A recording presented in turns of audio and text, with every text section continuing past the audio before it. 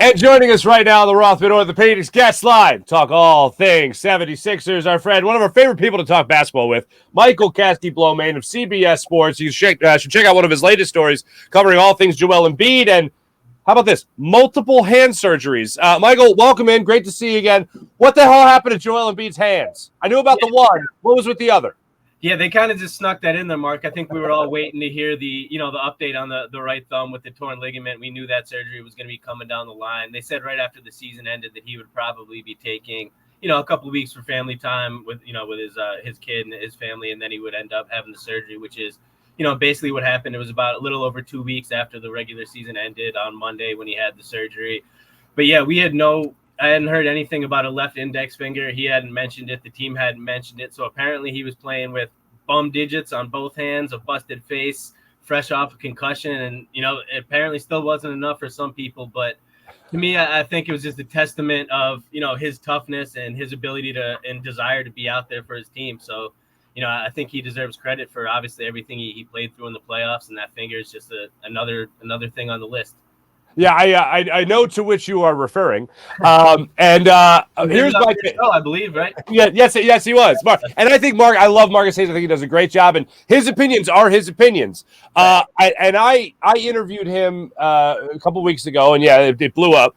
And he had basically said that Joel Embiid needed to stay in shape, and that was one of the things that really caught on with people. I think yourself included, and I got the impression, based off of the way Marcus was responding to some other people's comments, that he wasn't talking about conditioning. He wasn't talking about running. He was talking about eating. He was talking about the diet over the course of a week. Now, I'm a fat bastard, especially in the world of eating. And I know I can get myself very much out of shape in just a week's time, but I'm not a professional athlete.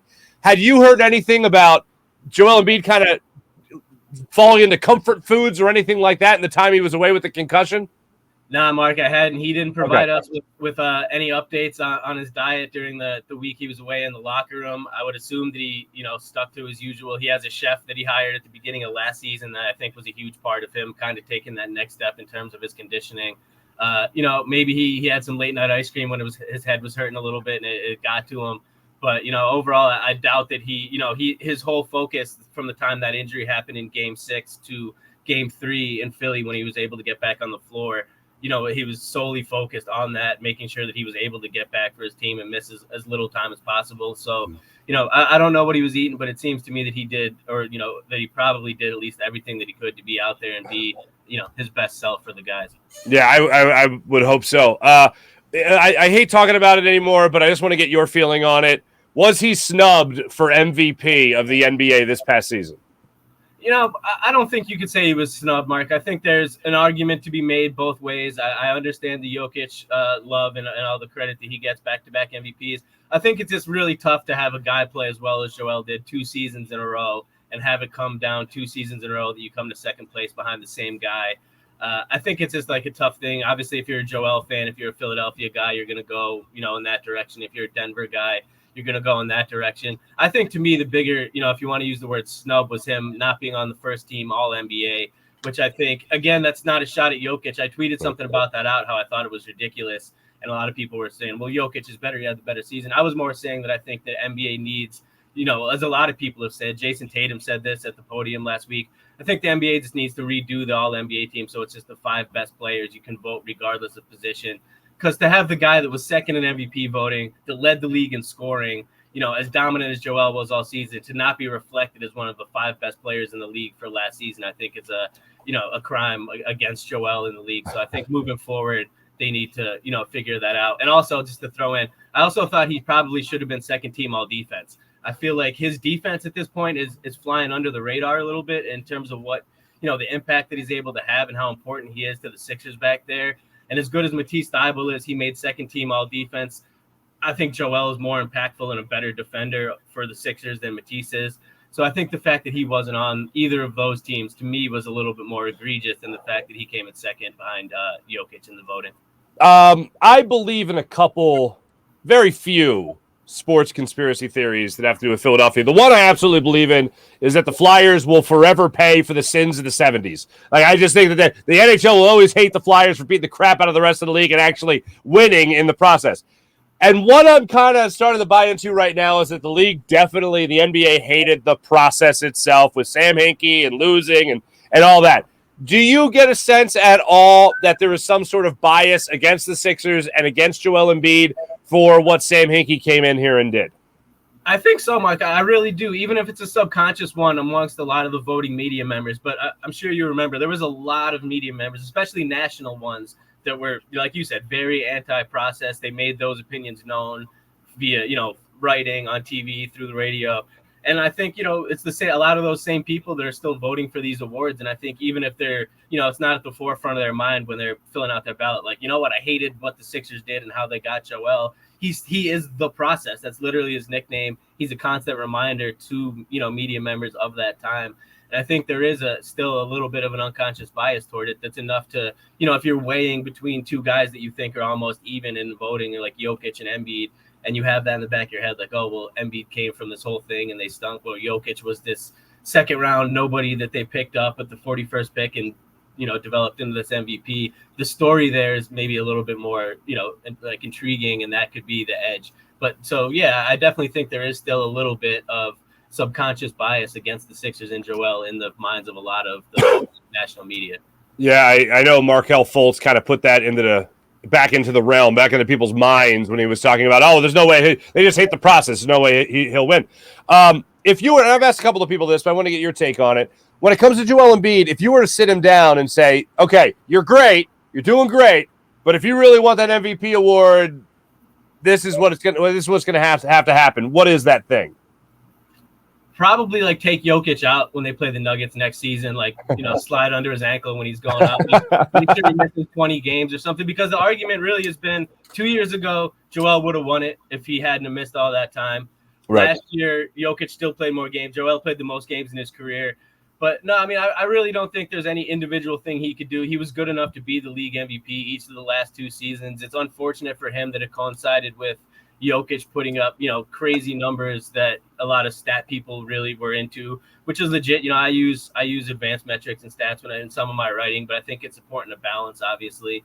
But I don't think there's one individual thing. I think voters are going to vote who they vote for. He's at that level now where as long as he stays healthy, he's going to be in that MVP conversation, top 5, every year for the next few years. Maybe one year the things will go his way in terms of games and voters. But I think, I guess mainly the advice I would have would just be not to worry about it. I think over this past year or two, a knock on him has been that he seemed a little bit overly focused on it in terms of how much he talks about it compared to, all the times Jokic is asked about it, he's basically shrugged it off. Giannis basically kind of shrugs it off after he won it, like, recently. I think it would do Joel a benefit in the eyes of some voters, maybe if he kind of took that same attitude and really didn't talk about it much, if he's asked about it, kind of just shrug it off and say, yeah, it would be nice. I think he's been so honest to media, I guess, in terms of how much it means to him and how much he wants to win it, that it almost makes it seem like sometimes he's too focused on it. And I think maybe that works against him a little bit for some voters. Understood. A couple of things about the Sixers' future. Well, not too distant future. I'm asking everyone this question. James Harden, bad hamstring, old age, out of shape. What is it with James Harden, and what can we expect from him in the future? I think it was a perfect storm of all those things last season. I do believe that there was something to the part of him still dealing with that hamstring. He talked after that game 6 where they lost to the Heat, saying how basically all of last offseason he wasn't able to train up to his, with the level that he would have liked because he was dealing with that hamstring. And thus a lot of the earlier part of this season he was using as a ramp up process to get in shape, which, is not ideal for any player. So I do believe there's something there. He's also a 32-year-old player now that relied on speed and burst for a lot of his career and was, somewhat notorious for maybe not taking the best care of his body off the court during his early years. So I'm sure that's starting to catch up to him. So I think it was both of those things combined, moving forward with a full off season to train that he talked about, and maybe, reeling in that diet a little bit, hitting the strip clubs, maybe just like 3 times a week. And it's like small tweaks like that you have to make as you get older. I think we saw Chris Paul, the whole going vegan thing, other players that have, you have to make changes as you get older to keep your body in tip-top shape. And I think it's going to take some dedication from Harden on that end, but I'm not completely ready to write him off as being, an all-star level effective player based off what we saw from him. Gotcha. Gotcha. I need that on the back of his basketball card. The analytics. Only 2 nights a week at the strip club. You know what I mean? And he cut down on lap dances. He was just there. He was just there for the food. They got great fries. I don't know. Good buffet. Good wings. Yeah, great buffet. Great buffet. All right.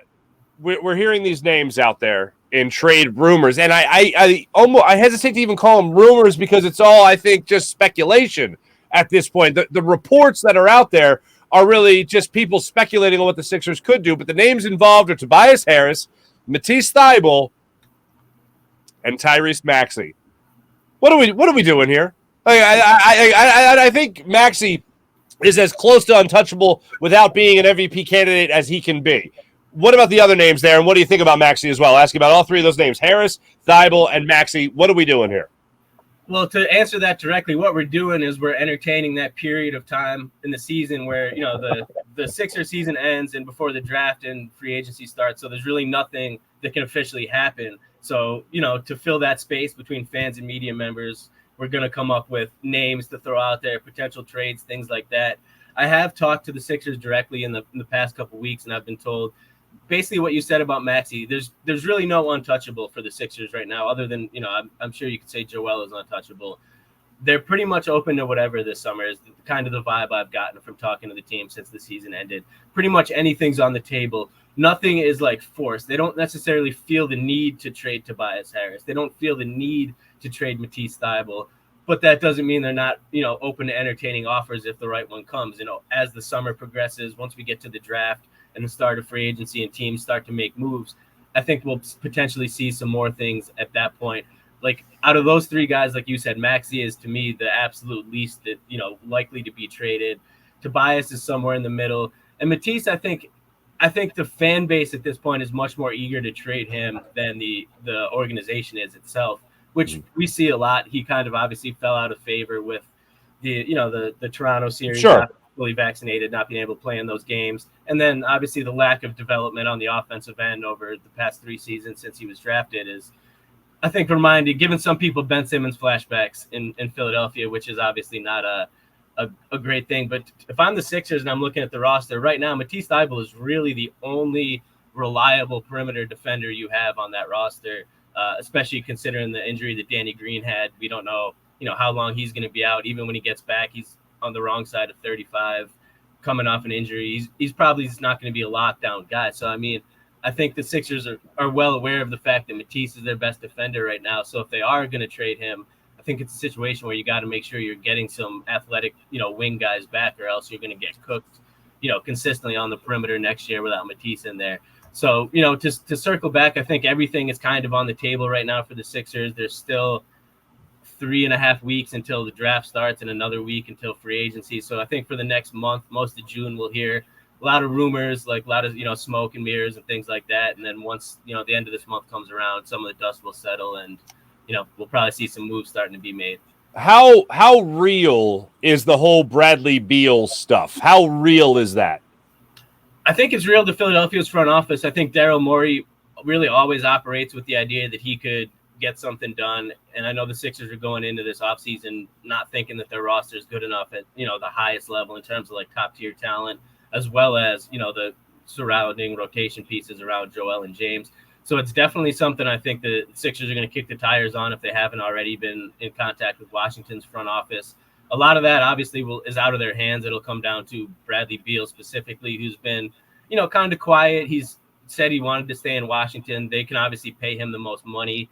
It's a situation where he's going to have to kind of dictate the terms. Does he want to be there? Does he want to be somewhere else? Once we hear more about that, if he is a situation where he becomes available for either a sign and trade or straight up, something like that, I definitely think the Sixers would look into it. Obviously the financial things have to fall and match, but he's on the radar. I think Zach LaVine in Chicago is another name that falls into that category of like an all-star level player that could potentially be available this summer that would fit on paper really well in Philadelphia that I'm sure the Sixers will kick the tires on. So I think those two are probably like the biggest names right now to keep an eye on in terms of guys that they could bring over. But like I was just saying, over the next few weeks, I'm sure there's other things across the league's landscape will materialize. Other players could become available. So, other names could be popping up in the near future too. If those names Beal and Levine do go out there and potentially come here, do you think it would cost Maxey? That's tough. I really would probably just be speculating. I would say, hopefully not. I'm sure Right. the Sixers would try to use, they would probably use the Tobias contract, maybe future draft picks, maybe some of the other young guys on the roster. At the end of the day, if Maxey was a sticking point to land one of those guys, I can't predict what Daryl Morey would do based off his track record. I would lean toward that he would be willing to make a move like that. I guess the best way to answer that is I think that's the only situation, something like that, where Maxey could potentially be moved in a situation where you're getting like an all-star, superstar level talent in return. Other than that, though, I really don't see a situation where he won't be back with the Sixers next season. Understood. And everybody, this was under the guidelines of speculation. He stated it himself. That's why Michael Kaskey made so damn good. Last one for you. Lakers have filled their job. Doc Rivers still here in Philadelphia, and according to him, per sources, he did a great job. A terrific job, actually. Can all this be cool? Can everybody come back and everyone's on the same page and everyone's like, yeah, we love Doc. He's great. Like, how's that relationship between player and coach right now? That gave me a good laugh there. But, Thank you. It's almost like similar to what I said about Matisse. The way that Doc Rivers is viewed by the Philadelphia fan base and the way that he's viewed by the organization internally is almost couldn't be more like far apart. Wow. The fan base has been ready to kick him out the door, since the end of last season when they lost to the Hawks. The front office, like you said, Doc was happy with his job. But from what I've been told, the front office was also very happy with his job. They looked at, the fact that he was without their second best player for a big chunk of the season in Ben Simmons, and then immediately kind of had to integrate Harden into what they did. The fact that he still had them in that second round. And I think there's a lot of internal belief that had Joel been healthy for that Heat series, games 1 and 2. And then even in the games that he was playing in the back end of that series, 5 and 6, you could tell those injuries were kind of stacking up and hampering him. I think there's a lot of internal belief that if he was good and hadn't suffered that concussion and that orbital bone in that Raptors series, that the outcome of that series could have been completely different. And the Sixers very well could have been playing in their first conference final since 2001. I think that there was never really a question internally about if Doc was going to come back unless he specifically said he didn't want to. But I think the organization always planned to have him back next season. Like I said, I think they want to give him a full offseason with Harden and Joel. And now the Maxey's taken that next step as a legitimate, he was a promising guy a year ago. And now, like we were just talking about, he's a core building block of this team with, what looks to be like an unlimited ceiling as a player. So I think they want to keep the continuity of bringing Doc back with Joel, who, Joel has had nothing but good things to say about Doc to us, and both behind the scenes. He's taken a huge step, obviously, under Doc. It's 2 MVP runner-up seasons. His best seasons in the league have both been under Doc. I've been told all season, and even I reached out to the Sixers when those Lakers rumors were kind of swirling before they hired Darvin Ham, just to see if there was any validity to it. And the response that I got basically was, I could pull it up right here. Ooh. A live reading to the class. Yes, please. Well, I didn't want to paraphrase, you know what I mean? No, I appreciate that. No, you're about accuracy, my friend. I appreciate that. What do you got there? The exact text from the organization says, "There's no truth whatsoever to that rumor. We want Doc as our head coach. He wants to be here, and he, Daryl, and Elton are fully aligned and working together to improve the team over the summer." So that's obviously like a couldn't get much like more proper in terms of a response to a reporter. But that's pretty consistent with what I've been hearing, throughout the second half of the season and since the season ended. So, next year, if we're staring down a barrel of another second-round exit and you and I are having the same conversation, at that point, I think maybe there would be a lot more momentum, within the organization to make a move. But this year, I've really, while all that rumor was going on, I was kind of just sitting back because I really didn't think there was any validity to it, where they're going to run it back one more year. At least Doc has 3 more years on the contract. He had a 5-year deal when he originally signed. I think 5 years around like $8 million a year. So, if they were to part ways with him, they'd have to eat the rest of that deal. They just finished paying Brett Brown last season for his contract. So, I think they wanted to keep the consistency. And I think, like I said, the way that he's viewed within the organization is quite different than the way he's viewed by the most of the fans on Twitter, at least. Michael, you're being so generous with your time, but if you could just do me a favor and just scroll up to like January. What did they say about Ben Simmons? Just kidding. Don't answer that. No. You were on with us since then. You have told us. But, Michael, I can't thank you enough. Thank you so much for coming on the show, joining us on the Rothman Orthopaedics guest line. Everybody, make sure you guys are following Michael Blomain. If you're not following on Twitter, I question how much of a Sixers fan you are. I question how much of an NBA fan you are. How about that? And make sure you read one of his latest stories. Now, at the time we tape this came out just a day ago. But make sure you check this out so you know all things Joel Embiid as well. Michael, thank you so much, my friend. Much appreciated. For sure, man. Thanks for having me on. Enjoy your trip overseas. Thank you very much. Michael Blomain joining us on the Rothman Orthopaedics guest line.